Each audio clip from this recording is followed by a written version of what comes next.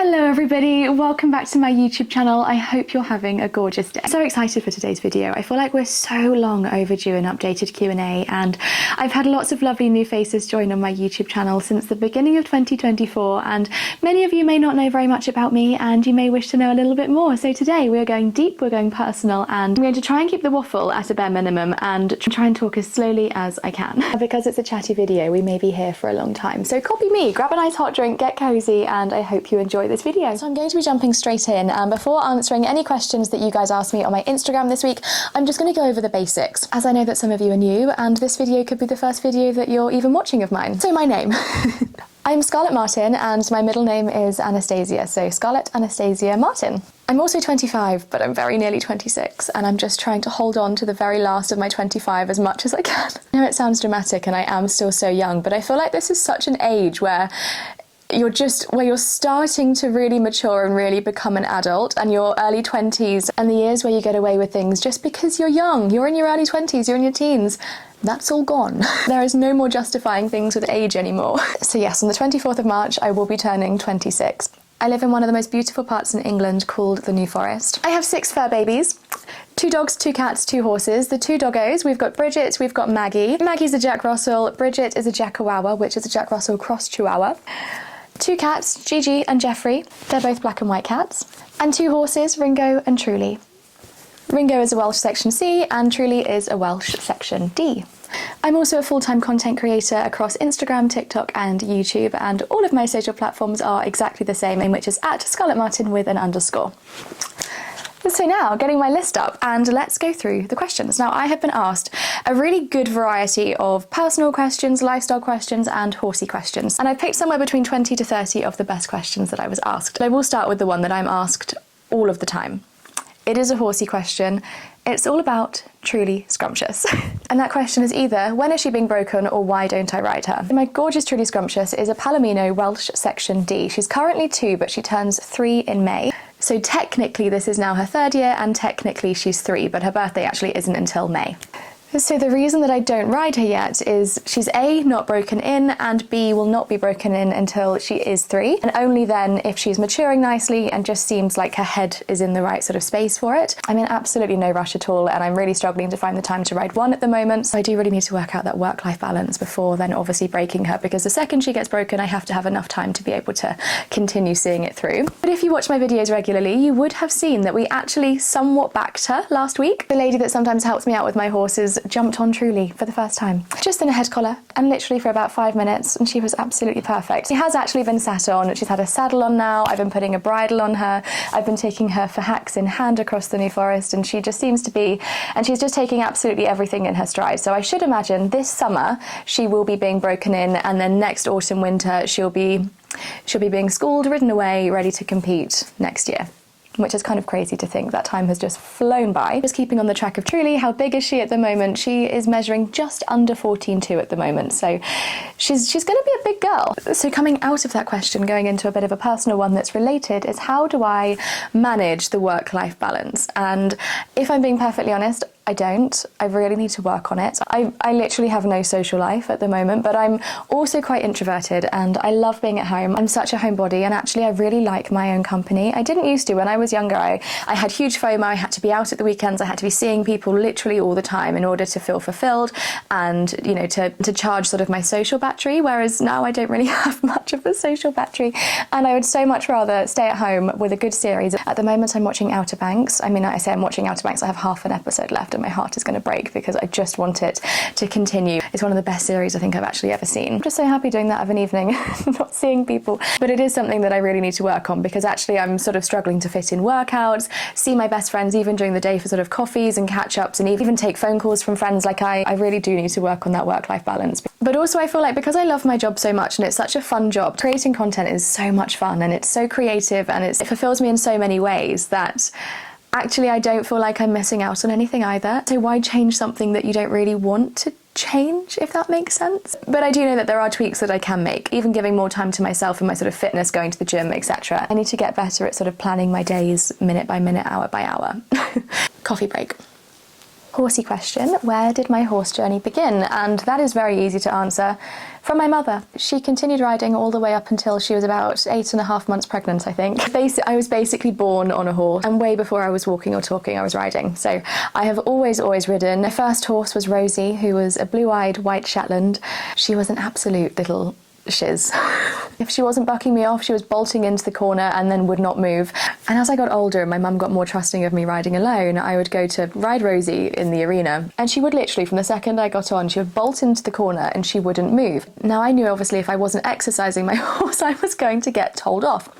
So I would go to the hose pipe and just like spritz her neck a little bit, spritz under the saddle and make it look like she was sweating, sort of sit in the corner for about 20 minutes on a horse that did not want to move, and then take her back down to the yard where my mum would be mucking out and say that she was a really good girl today and she went really well. We didn't leave the corner. I remember there was another time I had a Dartmoor called Darty the Dartmoor, and oh my god, he was gorgeous. Again, mum sent me off with my horse to go tack up, ride, do my thing. I was always an amazing rider. I mean, I'm not so much anymore because I haven't been riding that regularly. I don't get lessons, but way back then I was riding 7 days a week, about 5 horses a day, and it was go, go, go, go, go, competing every single weekend. Like, my riding was amazing. That part I could do, and I could do very, very well. This is going to sound very spoiled brat-like, and I know that, okay? This is me holding my hands up. The practical side of horses was never my forte, because also my mum was very much a mother that used to wrap me up in cotton wool. That is definitely why I'm not a jumper and why I'm not very gun-ho, as I was honestly wrapped up in cotton wool. I was literally placed on the horse at the horse show. It was lunged before I got on, plopped on the horse, in the ring, out the ring, horses on the lorry. Like there's being a protective mother, and then there is literally being my mother. So the practical side of things was never my forte, because I never really did it. So on the occasions that I did do it, she gave me Darty's tack once, and it had a martingale on it. Well, I'd never put a martingale on. I mean, I'd hardly ever put a bridle on. And I remember, honestly, I tried for about 30 minutes, and it got to the point that I was thinking, this has now been about 30 minutes. She is going to think that I have ridden, and so if I do the hose pipe trick, I may get away with this. And I did. And that became like my thing. If ever I was, this sounds awful, way back in the day, I definitely wasn't as keen as what I am now. And I think it was just because at that point in my life, it was less of a hobby and it was more of a, this is a thing, and this is a thing that I have to do. Not at all that I was forced into doing it, but when you have a horse, there is no option but to do your horses. And my mum was definitely a collector at the time. We were very lucky, and space wasn't a problem. So my mum was an absolute collector of horses, and I think at one point we had about 16 horses, and about 10 of them would have been in work. So it definitely was less of a hobby. We were competing all the time. So again, I will hold my hands up and admit that, you know, as a young girl, a lot of the time horse riding was a bit of a chore, especially after school. If it was tipping it down with rain, you know, riding 4 or 5 horses after school, it definitely became less pleasurable. So whenever I was given the opportunity to ride on my own, I took great pride in the hose pipe trick. But yes, horsey journey in a nutshell. My mum was incredibly horsey, got me riding very young, and I rode every single day from the age of about 3 up until I was 16, when I decided that I needed a break. And that is when I didn't literally touch a horse for about 2 years. Ringo stayed in a field, bless his heart. And then about 2 or 3 years later, I was about sort of 18, 19. I'd stopped going out drinking with my friends, partying on the weekends, and came into the grandma life and really missed it. And from that moment, I really decided to take it as a hobby, take away the pressure. If I compete, I compete, and I compete for fun and just for myself, not to win the class. And of course, everyone goes in the ring to win it, so no one's going to turn down the red rosette. But if I mess something up, if something doesn't go to plan, it's on my terms, it's a hobby, I paid my entry fee, so I don't have to worry about pleasing anybody else, and, you know, whatever I do it completely on my own back. And ever since that moment, I have absolutely adored every single second, minus the occasional rainy, muddy day. But I've loved every single second of owning horses ever since that moment. I did have the most amazing childhood with horses, I really did, and competed at Horse of the Year show 3 times, and my last year there I was actually 4th in the first riddens on a gorgeous section B that I had called Sotheby. Sotheby and I honestly had the best competition record. We were always winning and just always had an amazing time competing. So that is my little horse riding story. Going on to a lifestyle question, workouts, my weekly workout routine. It differs and it depends. I'm really trying at the moment to do 2 workouts at the gym and 2 workouts at home. Obviously as well, I'm quite active because I do my horses every day myself. So I'm mucking out, I'm filling hay nets, I'm bringing in, and Trudy's actually quite a way away from the yard. So it's quite a good few steps. Now I'm obviously walking her on like a little bit of a hack as well. I'm getting a lot more steps in a day. I've got dogs. Like I do have quite an active outdoor lifestyle, but I am also really trying to get back into a routine of working out and training. So as I say, I'm trying to do 2 workouts in the gym. So one of those will be a lower body, one of those will be an upper body. I used to have a split and I used to be massively into the gym. I was ripped, but I got far too into it. I got obsessed. I got obsessed with tracking macros, tracking calories. It's no way to live a life. It literally consumes you, and you end up finding that the only thing you talk about is food. You look at a bar of chocolate and you're looking how much sugar it has in it. And honestly, there's so much more to life than being that obsessed with food and diet. And I fell out of love with it. I honestly did. I was training twice a day. I mean, don't get me wrong, I looked effing fantastic. I honestly looked like I'd been carved from the gods. But it's not sustainable and it's no way to live a life. I did used to have a really good workout split where it would be a glute day, a leg day, a push day and a pull day. I think it would be really great to get back into sort of like a bit of a routine like that. But also I need it to fit in with my busy lifestyle. So at the moment, it's really working well to have a lower body day and an upper body day at the gym, and then either 2 Pilates classes at home. I use the Pilates Class app, or I'll do 1 Pilates workout at home, which obviously is really good for my core, which really helps my riding and my posture, and also a yoga workout on a Sunday morning, just to kind of stretch and recharge from the week before and reset for the week ahead. Having that little Sunday ritual has actually been such a blessing just recently. So that is my workout routine. Go back to a horsey question. Why don't I hack Ringo? So Ringo is a stallion. He is a very good stallion, very good stallion. Touching wood as I say this, he never bucks, he's never reared, he's never done, he doesn't do anything naughty, he's not spooky, like he's the angel pony boy. But obviously where we are located, it is the most incredible location in the world. And I cannot wait to start riding Truly, to be perfectly honest, because you leave the yard gates and you're on the New Forest. There's no road. There's not even like a gravel track to get onto the New Forest. Like you leave the gate and it's New Forest. Whereas ponies, the donkeys, the pigs, everything, my horses are now very desensitized, but everything goes past those yard gates because it is just wild land. It's a national park and it's fantastic. But obviously leading on from that, wild ponies. Ringo is a very good boy until he sees the wild ponies. Now he doesn't necessarily do anything, but he will stop. He won't move. And if anybody's ever heard Ringo coming off of the lorry at a horse show, if not, then I will insert a demonstration right now.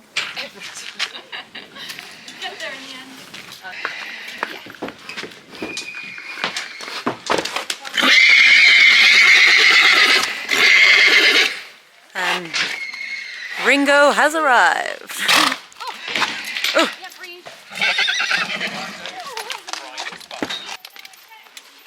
He starts screaming like that, of which then that encourages all the New Forest ponies to come towards us, thinking, oh, daddy. And daddy is thinking, whoa, girlies. And he won't move. He doesn't bark, he doesn't rear, he doesn't go backwards, like he doesn't do anything. He just won't go. And I don't particularly fancy everything else that comes with that. If ever I've hacked him on the New Forest in the past, luckily I've been with a lot of people that can just help us move. Eventually we do get going, but there's just been some circumstances in the past where I think, oh, do you know what, this is just not worth it. And it's actually really sad because he loves to hack, but he's just a little shizbag, and he lets himself down, unfortunately. But otherwise he would absolutely love it. But I think once the spring has come and gone, spring is definitely in the air at the moment, and the stallions go on the New Forest for about 6 weeks, I think, in the next month or so. Once they're gone, so end of summer going into the autumn, on a really nice sunny summer's day where everybody's a bit quieter anyway, I genuinely may take him out and take a couple of friends on feet as well so they can lead us if need be, and just get him used to it and just see how that goes. Okay, next question is, do I use anything to help plan my life? I feel like all of these questions are leading on from other questions, aren't they? I do, and I use the app Notion, and I use the Grace Beverley's planner on Notion called the Productivity Method. It's quite expensive. I got it on an offer when it was half price over Christmas. It's worth every penny. I'm actually using it now to read off my questions. It's incredible, but once you get to know it, like getting to grips with the app is quite difficult. Like it's quite a complicated app. As I say, I did do it over Christmas, so I wasn't actually working that week, so I did just take a whole day just to get used to the app and sort of get to grips with it. But once you have got to grips with it, I would never go back again. Okay, things that are at the top of my bucket list in terms of countries and holidays. There's three things that are definitely at the top. One, I want to go to Nashville desperately, but I also really want to do but leading on from that, I really want to do like a bit of a ranch holiday. Like I would love to ride in the outbacks and do the whole like Western country thing. I would adore that. And then also go and dance and party a little bit in Nashville. Not that I'm much of a party girly, but I would be letting my hair down in Nashville. And I'm also such a country music fan as well. So I honestly think that would be like, so that is like top tier. And also as well, not that that's in the top 3, but I also want to go to New Orleans as well. And Canada, actually. It's the number 1, we'll just put more of America. Number 2 is a safari. Desperate to go on a safari. My only issues with a safari is I'm not the biggest fan of bugs, especially spiders. Really genuinely not. I have spider plugs all over the house, so, you know, again, touching wood, it's very rare that I ever see a spider in this house, and if it is, it's because my very naughty cat has decided to bring one in. Obviously, a few years ago, before I found things like spider plugs on Amazon, also a spider plug is basically a plug that you plug in and it sends like currencies around the house, like through all the electric wires, I think, and stuff. I think I've got that right, and it just prevents bugs coming in. So to be fair, I literally see no bugs in this house, and it does work because you've got different options, and if you put like the highest options, I can hear it, and so can my dogs and cats. So I put it on like a bit of a lower one, so just so we're safe from like the microcurrencies that are going around the house. But there was once a massive spider, not in this house, in a different house. Massive spider, massive spider. I slept in my car that night. It was very late at night, nobody was answering the phone to come and save me, and I took my duvet and I slept in the car, and I did. I genuinely did. So that is how bad my spider phobia is. So that is the only things that puts me off of safaris, as well as Australia as well, actually. I'd love to go and see Australia, but I just don't think I could because of the spiders. I've been as far as Bali, loved Bali, but in Ubud it's a little bit more like rainforesty and jungly, and a little bit more wild and rustic as opposed to the beach locations. There were like flying spider things. Oh God, it didn't go down well. And it wasn't for me. I spent most of my time in the pool actually, just to make sure that no bugs could land on me. It's genuinely a bit of an issue.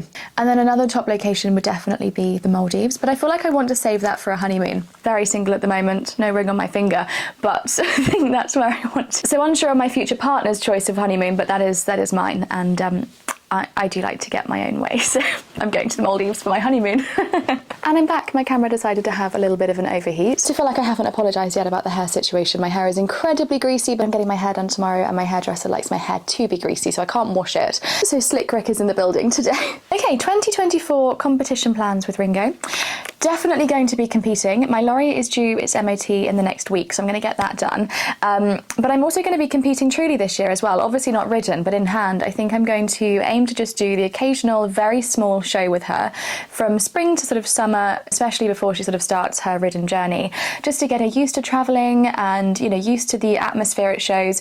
Even if she doesn't make it in the ring, like if we get off the lorry at a horse show, she feels a bit stressed, she feels a bit like, oh God, get me out of here, I won't be going in the ring. As I said a little bit earlier in the video, there is no pressure now with me and competing. Like if I don't make it into the class, I don't make it into the class. I'm not going to put myself and my horses at risk for the sake of a rosette. So I'm just going to take her very, very slowly. But I think, you know, just going out to competitions, even just standing on the outside of the ring and seeing everything that goes on, it's just going to be so eye-opening for her as well. So there is a show on the 31st of March. It's a very small show, and the plan is to take her. Obviously, I can't take them both to a show at the same time because stallion mare do not want babies just yet. But yeah, the plan is to take her there, and there's one class that she can do. If we end up going in the class, we do. There's one class that I'm definitely not in to win. The end goal for that would obviously be for her to have behaved impeccably all day like she does at home, and just take everything in her stride and just actually really enjoy it, of which I feel like she will. Truly is a very social horse. She loves other horses, so I feel like with showing, she's actually going to love it because there's so many horses everywhere. It'll be interesting to see as her ridden career progresses, whether she will enjoy dressage as much, obviously, because it's individual. However, though, saying that, obviously I've been walking her on her own, and she hasn't been lacking friends. Like, I would say Truly is a very one-man horse, or one-man horse, is that? One-man horse? One-horse-man? One-man horse. One-man. You know what I mean. She's a bit like my dog Bridget and my cat Gigi, actually. They like one person, and that one person they'll protect with their life, they will give all of their love to, and everybody else is meh. And she does absolutely adore me, and she trusts me, and we just have this amazing bond, and I'm so glad that I've had her since she was a baby, because we're like this. Like, I know I'm mummy, but I'm also sister, I'm also best friend. I'm her everything and she's my everything, and I honestly hope that that continues, because actually one of the other questions is she a long-term horse or a project? From the moment I bought her, she was a long-term prospect, and I'm saying the word prospect because obviously anything can happen in the next few years, personal-wise, life-wise. Our personalities may not match when it comes to her ridden career. You just don't know. But from the moment I bought her, she was always a long-term horse for me. And so far, we're ticking every single box between us. I'm ticking every box for her. She's ticking every box for me. So fingers crossed it continues in that direction, because I just adore her. And she's really starting to fill out now. She's starting to grow and actually look like a horse as opposed to a young horse. Opposed to a little bit here, there, and everywhere, and growing this way and then growing that way, and just looking at a little bit 2-year-oldy. They never look their best at 2, do they? You kind of look at them and you think, oh, now we're coming out of the winter, I'm like, ooh. I did have a goodbye when I originally bought her. I completely skipped the question about Ringo and competing as well. We will be competing. I don't know how many showing horse shows I'm going to be doing, but we're definitely going to be focusing this year a lot on dressage. As soon as the lorry is MOT'd, I will be going back for lessons. I am definitely a fair weather rider, and I don't want to be booking competitions necessarily in the winter when it could snow, it could rain, it could do whichever, whatever. So again, I think sort of end of March, beginning of April, we'll be back competing again for the summer. Moving on from that, so I'll go on to another horsey question, which is, will I be buying another horse? No. I nearly did actually over Christmas, very nearly did, and actually very glad I didn't. Not because of the horse. I think the horse would have been a great addition to the yard and to my life. Obviously if time wasn't an issue, of which then going through this winter and work being crazy and the weather, wouldn't have actually had time for a third horse anyway. But I'm mainly glad that I didn't, just purely because of the weather.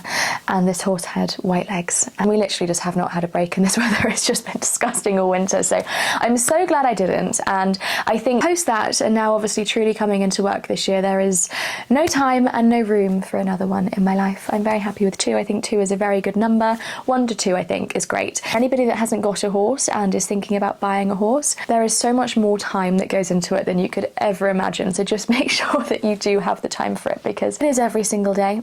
Until you find help, or unless you have help, it is every single day. It's Christmas Day, it's rain, it's shine, it's your birthday. Even when you go on holiday and you have someone looking after your horses, the stress of somebody else looking after your horses, are they going to be okay? What if they need you and you're not there? It's the most amazing, rewarding, incredible hobby in the whole wide world, but it does come with its stress points. Okay, next one is, am I coming out with my own brand? 2 answers to that. Yes and no. I have plans. I have plans that are going around in my head all the time. Things that I'm thinking of, and then I think differently, and then I think back to them again. Right now, no. But in the future, yes. I think my camera looks like it's going to overheat again, which is great fun. Okay, next one is starting YouTube. How do you start a YouTube? How do you grow your YouTube? How to start a YouTube? You just start. Honestly, just start. I did start by investing in a camera, because I just thought actually having a nice camera, even if it doesn't take off, if I don't enjoy doing it, if I quit doing it, having a nice camera is lovely for taking on holidays and, sort of enjoying life with. Like, there's no harm in investing in a nice camera. But it isn't necessary, because obviously phones these days are so good. The quality is so clear, they're filming in 4K, and so actually if you've got a phone, you can start a YouTube channel. Keep with it. It does eventually grow. Find a niche, and when you are like me and you decide that actually you want to open up that niche a little bit more, prepare to take a bit of a hit on your ego. I started off in the equestrian field, and at the time there was literally hardly anybody doing equestrian, and it took off. It was doing really, really well. I was getting loads of views, subscribers were coming in, everything was great. Then I thought, actually, I want to open it up a little bit, because even though I am very horsey and my life is very horse dominant, that isn't the only thing that I enjoy doing. I'm a skincare girly, I'm a makeup girly. I'm overheated again, but yeah, as I was saying, I have so much more to offer than just equestrian content. I really wanted to incorporate every single aspect of my life into my content and create the sort of content that I would really like to watch. And that's obviously what I did and what I've done and what I have been doing. And it was an ego hit, because my views dropped massively. My subscribers dropped massively. Also because as well, I think when you're an influencer or content creator, whatever you want to call me, in the equestrian world, a lot of your viewers are a much younger audience. And back then my videos were suiting younger audiences. It was fun videos with the horses. It was, tack up and ride with me, which obviously I still do things like that. Or, loose schooling the horses with me, which again, I still do the odd video like that. But it was consistently those sorts of videos. And all of a sudden then when you've got come and clean with me videos, or come to B&M, or I've got an event in London for the day, or let's go work out at the gym, that's obviously not not going to be appreciated by, you know, a younger audience. So it really was a complete rebrand and a complete 180 moment. I feel like all of my social platforms have completely turned over on their head, because I went from getting loads of views, loads of comments, loads of everything, loads of followers, loads of everything, to everything slowing down a lot more. But I'm starting now to think that we're going back up the hill again, and we're starting to get a little bit of a rebuild, and my audience is growing with amazing people, and people that are really appreciating my content and appreciating every aspect of my content, not just the horsey side of things, not just the lifestyle side of things, just enjoying everything, which is exactly where I wanted to be, and exactly where I want to be, and exactly how I want it to keep growing. But yeah, I mean, if you're wanting to start a YouTube channel, just start. Find what you love watching, find what you love doing, and focus your videos around that. Talk about that, share your experiences with that, and just have fun with it, basically. However, I feel like my advice to younger audiences and people that are still at school, if being an influencer or a content creator is like your goal, that's what you want to do when you leave school, work really hard at school. Study really hard, get your exam results, go to sixth form or college or whichever or whatever, like get all of your qualifications, because A, if it doesn't work out, you've got something to fall back on. B, if, you know, you end up not enjoying it as much as what you thought you would, you've got something to fall back on. If everything goes really, really well for you when you leave school and you're an influencer or a content creator, whichever, whatever, but you're living your best life, your late 20s to 30s may come along and you may either want a change of career. Your late 20s to 30s, 40s, whichever, you know, may come around and you may think, actually, I don't want to be in front of the camera that much anymore. You have other options. And also as well, I feel like influencing or content creating can sometimes be looked at as just being a brainless job, but actually you need quite a lot of brain power for it, and you know, you need to be really business minded, depending obviously on what sort of influencer you are and what sort of influencer you want to be. But if you're wanting to really build this as a business and you want to, and it's not the end goal, you want to be building brands and doing this, that and the other as well, actually listening and learning at school really does come in handy. So yeah, always make sure that you've got backup options, and actually just make sure that you've got backup options with whichever and whatever it is that you do want to be doing after school. When I was 10 or 11, I wanted to be a lawyer. That was all I wanted to be. And I worked in a lawyer's office for a few years once I left school, and then I decided actually I don't want to be a solicitor anymore, and changed my mind completely, and here I am now talking to a camera full time. So always keep your options open and just make sure you've always got qualifications to fall back on. Okay, next question. I feel like I'm going to cut these questions down even more now because I feel like this video is long. I'm very, very sorry. I'm just going to choose a few more, but this one I really, really like, and that is, how do I find making friends in my 20s? Without blowing my own trumpet, I can make friends really easily.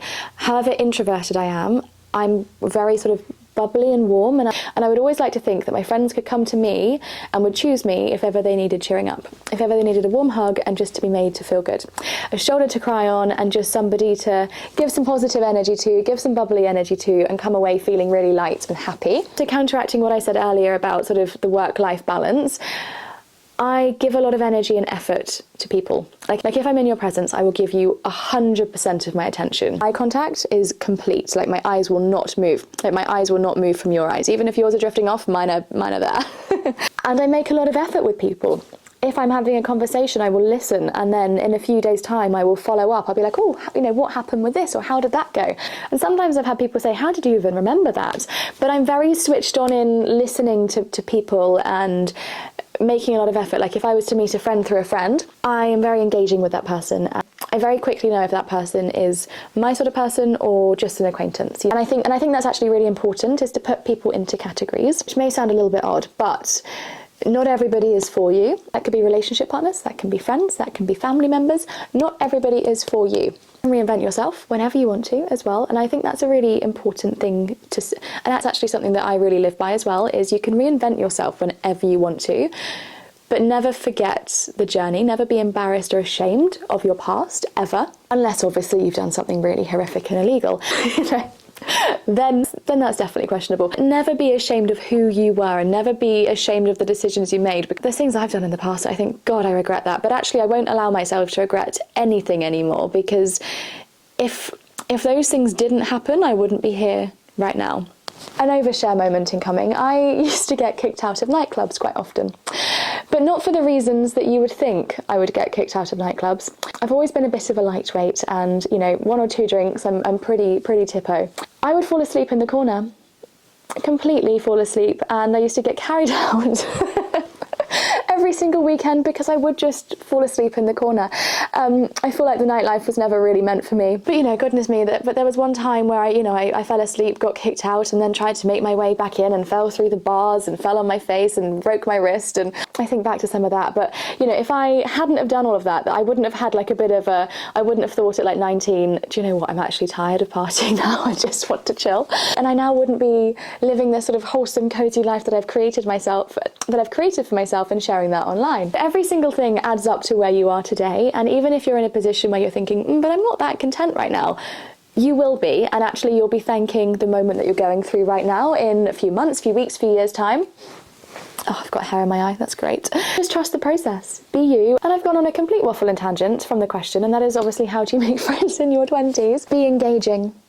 If you're in a social situation, or you're meeting a friend of a friend, or you're in a coffee shop or you're at the gym and there's somebody else that's on their own training or drinking their coffee or whichever or whatever, put yourself out there, be completely yourself. I think the easiest way to do that is to try and catch eye contact and smile. If that person's about to order, maybe asking if they have been here before and what do they recommend on the menu, and then get chatting, or just compliment what they look like. Oh, I love your bag. Oh, do you mind if I ask where your leggings are from? Oh God, you look so lovely today. Would you mind asking me what your foundation is? Or something like that. I feel like always starting off with a compliment really leads into lovely conversation. Maybe you're at the gym and you're seeing someone training on their own and they look friendly and welcoming, maybe popping over and saying, you know, would you ever like to train together? My name is blah, blah, blah, and starting a conversation like that. I would definitely say that finding and making new friends within a hobby is much easier because you already know you're going to have shared interests. For example, through horse riding, I have so many friends in the horsey world because I've met them through competitions, or I've met them through friends of friends, or I've met them at horse yards I've been at. Definitely is a lot easier to meet people through hobbies. You haven't really got a social hobby, maybe you bake, maybe you draw, maybe you do something that really isn't that super social, then go and do something that you love, whether it is just going out for breakfast, whether it is just going out for coffee, but maybe it's going out on a hot girl walk. Also social media. Instagram is amazing.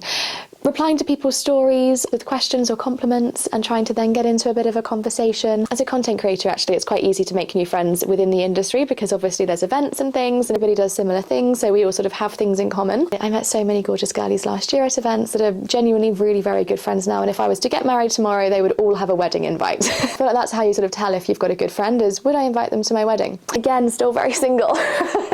But it's still my first train of thought. I feel like my camera's going to die, so if it does, I'm going to have to switch over to a different camera. Hopefully that helps. Just be engaging, put yourself out there, and be confident in yourself. Be a good person, be a smiley, happy, warm person that looks approachable as well, because you never know, they also might want to come up to you and compliment you. So I think always just being and looking warm, always just being and feeling warm is my biggest advice, I think, on that. And last question then, before my camera does die, and I have honestly been sat here for about an hour and a half now. Is my song. Somebody asked me about my song, and that really touches my heart. I used to be a singer. Oh, I say I used to be a singer. I can sing, and I can sing very well. I just don't sing, if that makes sense.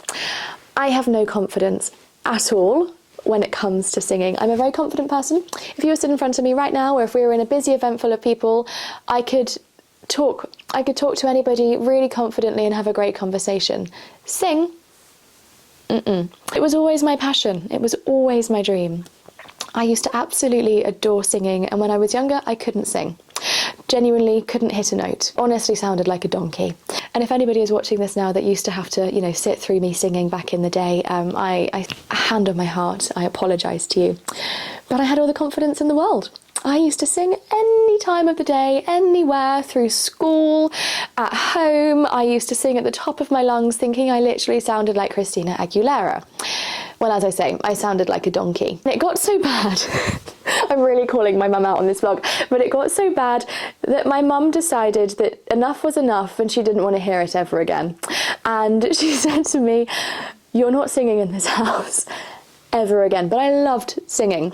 So she used to give me the keys to the horse lorry, and I used to go and stick the generator on, and I used to sit in the horse lorry for hours every evening, and I used to sing. At Christmas I got like a little keyboard, like a portable keyboard, and I put that on the lorry table, like horse lorry, and I used to sit in there with my little karaoke microphone, and I would sing, and I would sing, and I would sing, and I would sing. And somehow eventually I must have actually taught myself to sing, then got bloody good. Like, you know, not to blow my own trumpet, but I really can sing, and it's a real shame that I just can't sing. And I just can't sing in front of people. Even the song that's on Spotify does not do my voice justice, and it was years and years and years ago as well. Going back, obviously at this point I'm in the horse lorry and I'm singing away every single evening, and the years go by and I am now at upper school, and it's year 9, and the school is holding a Children in Need concert, and they are pulling out all of the stops. It's a brand new school building, it's massive, it's modern, it's incredible, like the assembly hall is humongous, there's a great big stage, there's curtains on the stage. They've gone all out and they're doing a Children in Need concert. Now at this point I can sing and I do have confidence. Different day, a different camera, a different coffee.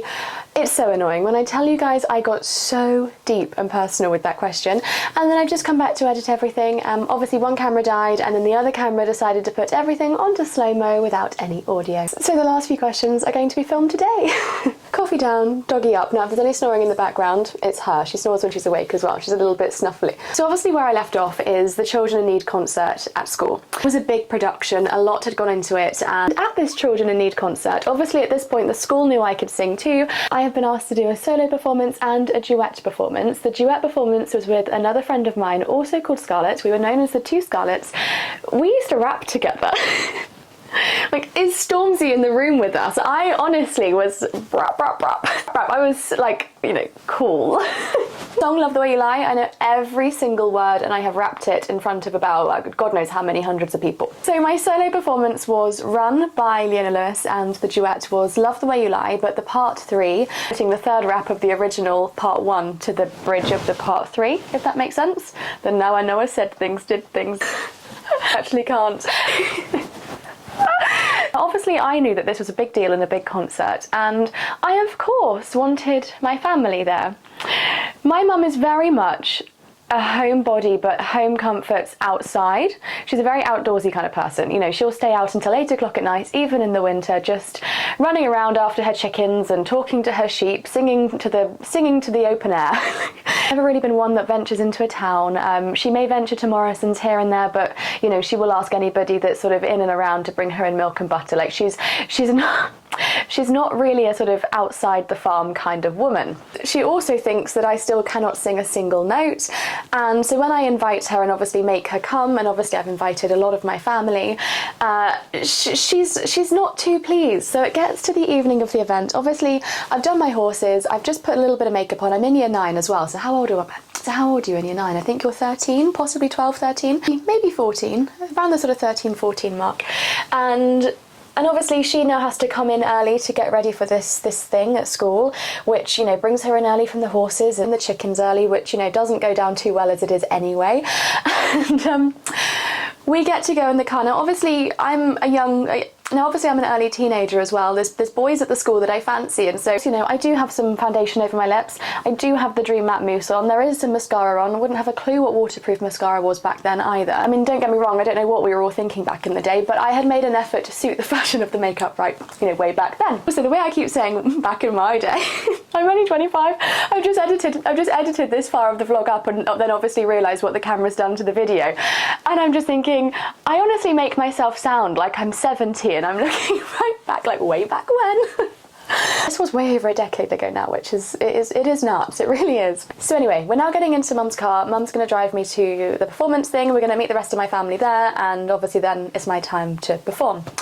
We get in the car. And when I say this is no word of a lie, to be fair, I'm actually going to make this sound a lot nicer to protect my mother. When I arrived with no makeup left on my face, I literally was like, you know, when you're trying so hard to not cry, it makes you kind of cry even more, and you're holding it in and you're like, oh. I mean, maybe not sounding quite like that, but you know what I mean. And she's in the car and she's saying things like, you know, you can't effing sing a single effing note. You're an embarrassment to me and the family. You're going to be an embarrassment to the school. I can't believe you're not embarrassed yourself making all of us go to this school performance to watch you sing. This is also like 20 minutes before I'm on the stage as well. You know, you can't sing. I'm not going to be one of those mothers that let their kids go on Britain's Got Talent and the X Factor and, you know, become a laughing stock of the nation, because you will be a laughing stock of the school. Lots of these mothers need to be honest with their children, and you really can't sing. And lots of F's and whatever were being flown in as well. And like, obviously I'm now looking out the window trying to hold it together, thinking, well, everyone at school's like, they've told me I can sing, like maybe they're lying, like I don't know. I don't actually think I said anything. I honestly don't think I said anything. I think I just looked out of the window and was just really trying to hold it together. So when we arrived at school, I literally jumped out the car, ran to the toilets and washed my face just so there wasn't like mascara here. Obviously now like the lipstick on the lip, obviously now the foundation on the lips has kind of gone a bit, and you know, can't possibly have red looking lips. So I'm asking a friend if I can borrow her foundation to smother back on the lips, putting the hair back onto the side, parting like right across the forehead again kind of thing, and just trying to pull myself together.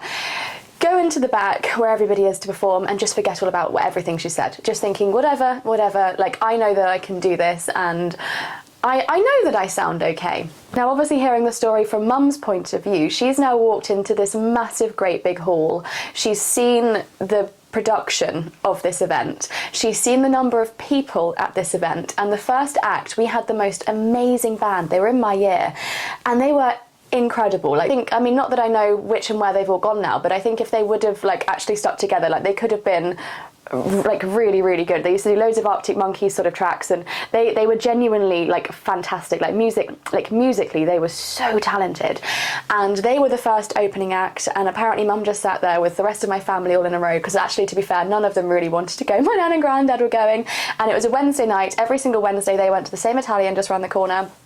And obviously then they had to give up their reservation, and would they get their table back again the week after? And there was all this sort of stuff going on to, you know, to hear their grandchild sing that really can't sing.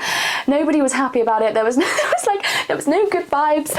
And Mum is now sat there thinking, fork. I have just made my daughter cry and told her how awful she is, when she's now got to stand in front of God knows how many hundreds of people and sing. What have I done? Apparently she was also thinking, what if she's just gone round the back, cried, told all of her teachers what an awful mother I am, and I now get kicked out, or I get called up on in front of all of the school to apologise to my daughter? Like, what goes on now? Anyway, I think the best thing that my mum has ever taught me is to have a very thick skin. I love my mum to pieces and we get on very well, but she's very opinionated and is very is not afraid to give her opinion, no matter what the opinion is. So I have always been brought up with a very thick skin. I feel like I'm very much a people pleaser, because I always want to therefore then please as a personality trait, like from that. But thick skin is something that I do have, and I went out there and I thought, you know what, I don't care about what my mum's just said. I'm going to sing the song as best as I can. Now I was nervous because I hadn't ever sung in front of an audience that large before, and I went out on the stage. My solo was first, and I think that was almost worse, because if I had the duet first, I could have picked up energy and confidence obviously from the other Scarlet, but that obviously didn't happen. My solo was first, and I didn't want to let myself down, I didn't want to let the school down, and actually I really wanted to prove my mum wrong too. And singing was my passion. It was all I wanted to do. Like, I'd now found my voice and I wanted to share it with everybody, and I sang, as I say, Run by Leona Lewis, and I smashed it. I'd actually quite like to get back in contact with my old school actually, because the whole thing was recorded and I'd really like to just have the footage. But I did it, and I got a standing ovation. I made all of my family near enough cry, and completely proved them all wrong. My mum was just in absolute shock, and everybody around her, because apparently as well before I went on was obviously like whispers going around the hall, and people sort of sat around my mum, whether they were teachers or parents, saying this next girl's supposed to be really good, and she's thinking, I don't know what you're listening to, but it's not the same as what I've listened to over the last 10 years. She's an embarrassment. But she's also now thinking, well, maybe it's my ears, maybe she is good. And yeah, I smashed it. And then about half an hour later, after loads of other people were singing and acting and doing whichever and whatever, it was then time for the duet, of which we absolutely nailed that. It was epic. And I shocked my whole family. And even my granddad, bless my granddad, he is the most supportive man in the whole entire world. And I mean, he knew way back when that I also couldn't sing, but he would take me anywhere, do whatever I wanted to do. He's always been my absolute rock in my life. And when I was 8, and another overshare, which I cannot believe I'm putting on the internet. When I was 8 years old, I snuck into the kitchen one evening, got onto my mum's laptop, which, you know, would have taken about 30 minutes per sort of like website refresh, if you know what I mean. It was old, it was classic, it was chunky, it was heavy. I signed up for Britain's Got Talent. And when I got the audition, I made my granddad drive me all the way up to London for this audition. as an 8-year-old, who also, by the way, does sound like a donkey that's, you know, calling, I sang Push the Button. You know, the I'm busy throwing hints that he keeps missing. Actually, push the button for me, boy. And there was a dance routine, there was everything going on. And now, obviously, this was not televised. And actually, before you get into like the main on-stage auditions at Britain's Got Talent, there's pre-auditions where you basically just queue up for hours. You go into a small room with about 4 people that sort of sit there, they listen to you, they record you, and then they all go back over the tapes before then choosing who goes on the TV. So that was never me. However, a lot of the pre-recording cues are put on to the actual TV. So that year we did see ourselves like in the queue outside. My granddad was on the TV, and apparently when he went into work the next day, everybody was like, "We saw you on the TV last night," which obviously is hilarious. But yeah, I even shocked Granddad because, you know, bless his heart, he had to listen to that, and the other option was From Paris to Berlin as well. So, you know, there was all these dance routines, and I was really going for it at the age of 8 and 9, thinking I was going to be the next big thing at the age of 8. I don't know who I thought I was. Anyway, back to the school concert, shocked all of my family. And then after that day, Mum then became obsessed with me singing. I came home from school the day after, all of my singing equipment, like my little karaoke machine with a microphone, my keyboard, it was all now in the house. It was all in my bedroom, and every time anybody came around, "Oh, you need to listen to my daughter sing. Sing, Scarlet, sing, Scarlet."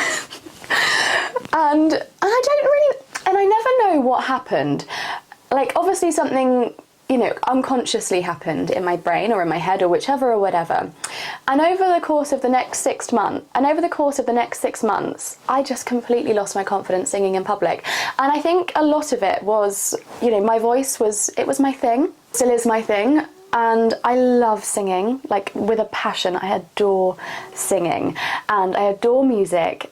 And my voice is my baby. Like, it's one thing that I can protect, and it's also one thing that I don't ever want to be judged on again. Everybody has an opinion, whether it's good or bad, on somebody or something, and my voice is something that I don't want any opinions on, because I'm happy with it as it is, as I am, and it's not something that I ever want to be judged or commented on. And if anybody was to ever criticize it, it would actually break me, I think. And so after about 6 months, I never sang in public again. I never sang in front of people again, and I completely hid my voice. So now at this point, years have gone by, and it's 2018, and I can't think what her name is, but there's a really beautiful blonde girl with the most beautiful voice, and she started posting YouTube videos, like YouTube covers. She's got some of her own songs out. Sophie Harvey. I think it's Sophie Harvey. Anyway, you're very similar to Sophie Harvey. And I got really inspired to do the same, and I thought, okay, well, maybe I can't sing in public, but surely I can sing to a camera and put it onto YouTube, and I don't even need to post about it. Like, I can just put it on YouTube and then it's out there, and if something happens, it happens. If it doesn't, it doesn't, you know? Actually, I'm saying this is 2018, but actually it was the very, very end of 2017. Actually, I think it was the week between Christmas and New Year. So I put my own cover of How Long Will I Love You from Ellie Goulding onto YouTube. And I think it actually got about 5,000 or 6,000 views, which obviously, you know, for someone that wasn't doing YouTube at all at the time, that was brilliant. And from that video, a local performer got in touch with me. He was a singer and pianist, honestly so talented and the loveliest man ever. And he used to sing and perform at the majority of restaurants, bars, pubs, etc. all around the area. Probably haven't noted actually already that he was local. He got in touch and said, "I am such a fan of your voice. Would you like to come and sing with me occasionally?" Initial reaction was, absolutely not. And I think I messaged back saying something like, "Thank you so much for the offer, and thank you for, you know, loving my voice, etc.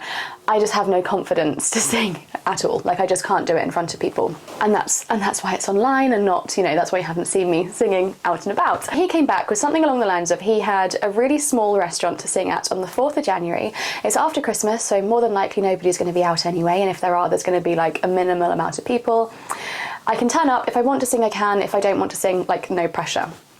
I went, but I didn't tell a single soul. Not a member of my family, nobody. I literally went completely in the dark, and I was listening to him play for about half an hour to an hour before I thought, maybe I can.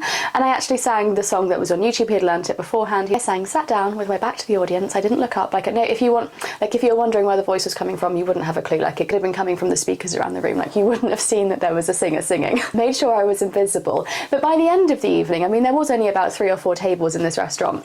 It was such a cute, small Italian restaurant. By the end of this evening, I was actually standing up, enjoying it, loving it, had my confidence, and was singing song after song after song after song. So then as the weeks go by, I'm continuously singing with him. I'm getting more and more confident. Now the whole family, all my friends, everybody's coming. We're booking a table between 10 to 20 people a time. Everybody's coming to watch. And it became a really nice like social gathering. It really brought friends and family together and people that hadn't seen each other in years together, and it was like a really regular thing. It was usually every Thursday. It was one week at the Indian, one week at the Italian, and then there'd be and then every now and then there'd be something different. But it was every Thursday and everybody just used to come together, and it was so lovely, really getting my confidence. And I was really thinking to myself, I can do this, like I can do this. A little bit of a following, and people were actually then coming to watch me sing, and he obviously had his own following as well because he was absolutely epic. I mean, the energy that he brought to a restaurant was incredible. Sorry guys, my cat's just decided to join. But so then in between all this, I then got noticed by a label and was asked to go into a recording studio. They gave me 24 hours, and when I say 24 hours, I mean an evening to write a song. And this then actually takes us back to the original question, which is how did the song come about? So I'd never written a song before, and I had never written lyrics before, literally nada. But I actually really enjoyed the process, and I found it really easy, and I'd actually written, and I actually managed to write a song within that time to then go into the recording studio the day after. Obviously there was tweaks to be made, there was lyrical tweaks and things that needed to fit and whatever. The basics and the basis of the song were sort of sorted within about 5 hours really. And the message behind the song was I was very much in a position and situation that I'm actually in right now, which is very happily single. Very happily in my own lane, doing exactly what I'm doing, living independently, and just wanting to do me for me. However, I think I was a lot more for that then than what I am now, because obviously now I am getting a little bit older, and however much I'm not looking for anything, if anything was to walk through the door is slightly ajar. If anybody was to walk through the door that was the right person, that was going to make life better for both parties, and everything is all wonderful, then I have the space and I would like to make the time for somebody worthwhile. But otherwise I'm not really looking, I'm not really dating, etc. At the time I was very much, I don't really want anybody in my life right now. I just want to be me. And I was sort of, again, quite similarly to now, I was quite in demand, and I had people, you know, this isn't to blow my own trumpet, but this is genuinely what was happening at the time. Was I was being asked out on dates a lot, asked out, you know, for dinners, etc., by really genuinely nice people that actually, you know, looking back, I maybe should have given those guys the shot as opposed to like my actual ex, like boyfriends, because they were no good. Whereas actually these guys were really, really lovely guys, but I was just in such a headspace and, you know, my own lane, and actually I want to focus on me. I was taking my accountancy exams at the time. I was obviously singing and, you know, really wanting to make a career in singing at that point too. I'd recently got back into competing my horses again, and, you know, I was just doing my thing, and I felt really guilty having to sort of not turn these people down, but, you know, decline dates and decline sort of seeing people. Kind of where the song came from. It was I want to do me. Actually one of the lines is, you know, I want to be by myself, which is exactly how it was, and that's how it came about. And then the song got produced, and that's probably about 8 weeks in the making. It was quite a long time to sort of get the song ready, and then once a song is ready, it takes 6 weeks to get it approved and put onto iTunes and Spotify. So it would have been about the end of, I think it was the 27th or 28th of August, something like that, that it got released onto Spotify and iTunes. I had a great night out as well, celebrating it with my friends. It was a really, really lovely evening. And I was then due to perform it live for the first time on this particular evening with the wonderful man that obviously got me singing and got my confidence. And on the day that we were supposed to be performing it for the first time, he really tragically passed away. And from that moment on, I have never sung in public ever again.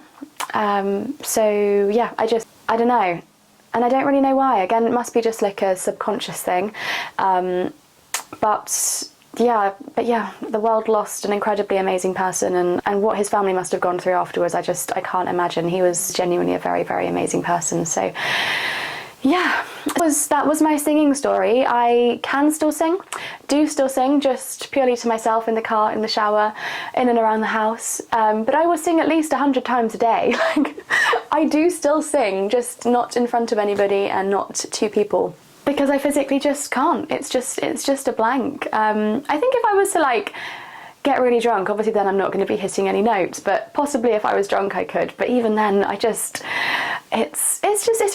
really difficult. It's really difficult. It's a really weird one, but that's my singing story. Now, because I do know that this video is getting a little bit long, I'll end it with this last question, which is, what is my end goal? That's a very difficult question because I don't know, and I feel like nobody really knows. We may have a 5-year plan, we may have this is sort of where I'd like to end up, or this is what I'd like to do, but as we get older, as we get to know ourselves more, as life changes and people come in and out of our lives at different times and locations change in whichever and whatever, I feel like there's never sort of an end goal. Even when you do have a goal, whatever that goal may be, by the time you reach it, you want to do something different. I was saying earlier when I used to be really obsessed with the gym, and you know, I'd have like a weightlifting goal, like I'd want to lift that weight by this point, or I'd like to do 10 pull-ups without any assistance. I want to weigh this amount, or I want to do this, or I want this many abs. By the time you actually get there, you want something different and you're not actually happy with what you've now worked really hard for. Another reason why I stepped away from that sort of obsessive behaviour towards the gym, towards my body, and got into more of a healthy mindset. Like when I look in the mirror, okay, we all get those days where we think, oh dear, or oh, I don't like this, or I don't like that, but I make such a conscious effort to not be body dysmorphic, facially dysmorphic, like anything. Like I make a conscious effort to look in the mirror and focus on the things that I do like about myself. Or if I'm having a down day, I just won't look in the mirror.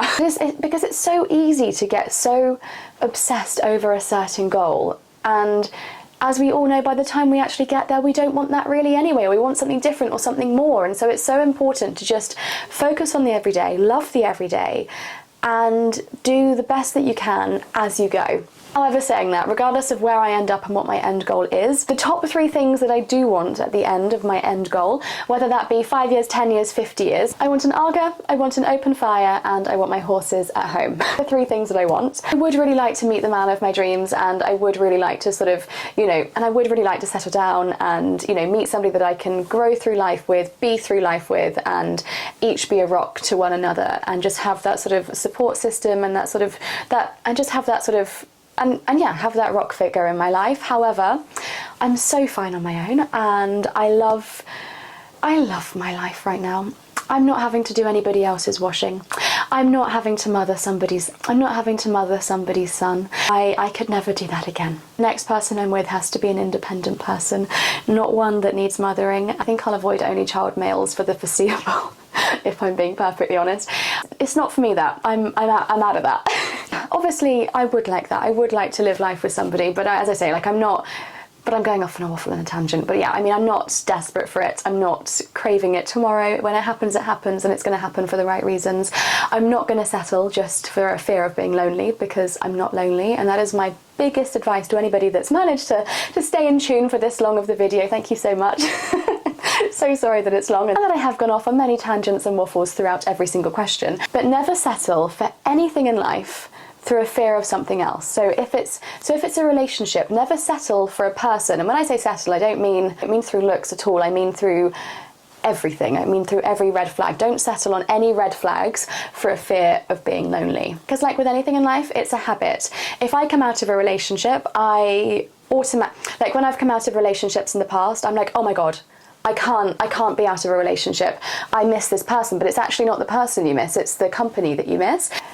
So again, an overshare, but when I finished things with my ex-boyfriend last spring, I think it was, within about 3 or 4 weeks, I'd met the next person that I was dating and continued dating this person for just under 6 months, like about half a year, around sort of 4 or 5 months.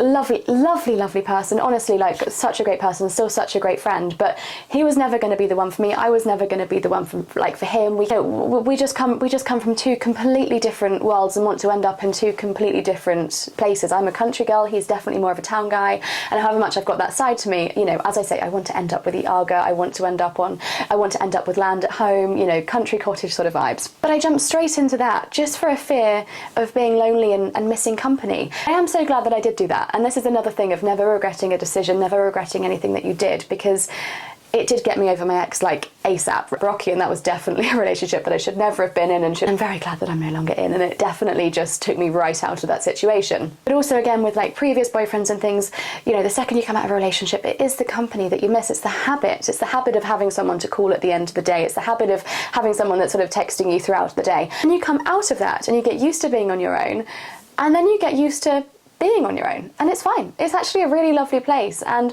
once you get used to it and you get used to the habit of being on your own, it's then really difficult to see somebody in your life again, and you get overly protective of yourself. Your walls go up, and I actually think it might be quite difficult to get me now to actually let my barriers down a little bit and actually like let somebody into my life. I was single for about 2 or 3 years before getting with my last sort of boyfriend, which would have been sort of mid to end 2022. I've been single for such a long time, it really took me a while to get used to allowing somebody again into my space. Not allowed, I say allowing, I don't mean like stay away from you, not allowed in my house, but I mean just like actually getting into like, but I actually mean sort of letting them actually into my sort of soul. We're getting deep. I think I need to stop. I think I'm just waffling. I don't know what I'm talking about anymore. But you get the idea. Just never settle. You do you. Be in your own lane. Focus on you. And happiness and content comes to you the more you give that energy off. I'm going to stop talking. I'm waffling. Really, really waffling. Thank you for watching this video. If you are still here, thank you. I hope you've enjoyed this video. I know it's a little bit different. It's a complete chatty video. I've not moved, well I have moved, I've moved from room to room because of cameras. It's not my usual sort of content, so I really hope you've enjoyed it. I'm sure you've learned something new about me. Maybe things you didn't expect, maybe things that you wanted to know that you now know, maybe you can take something away from this video as well. So let me know in the comments what you thought of this video. I can't thank you all enough for the support that you always give me and the gorgeous comments that I get. I read every single one, I reply to every single one, and from the bottom of my heart, I really am so grateful, and I just feel like I'm building such a lovely community on YouTube. Like I feel like we're on FaceTime right now. I feel like you're all my really good friends, and I feel like we're really getting to know each other in the comments now as well. And I just can't thank you all enough. So have a wonderful Wednesday evening. I hope to see you back on Sunday at 9 AM for my next upload. I have some really exciting events coming up. March is booked and busy and lots is going on. I have an International Women's Day event coming up. I have Cheltenham Festival coming up. And I think I'm going to Paris for my birthday. It's not been booked yet, but it's in the process of being booked. Like we're looking at hotels. It's in like 2.5, 3 weeks time. So I think that is where I'm heading for the end of March. But all of this is to come on my YouTube channel. So have a wonderful day and I will see you guys soon. Bye.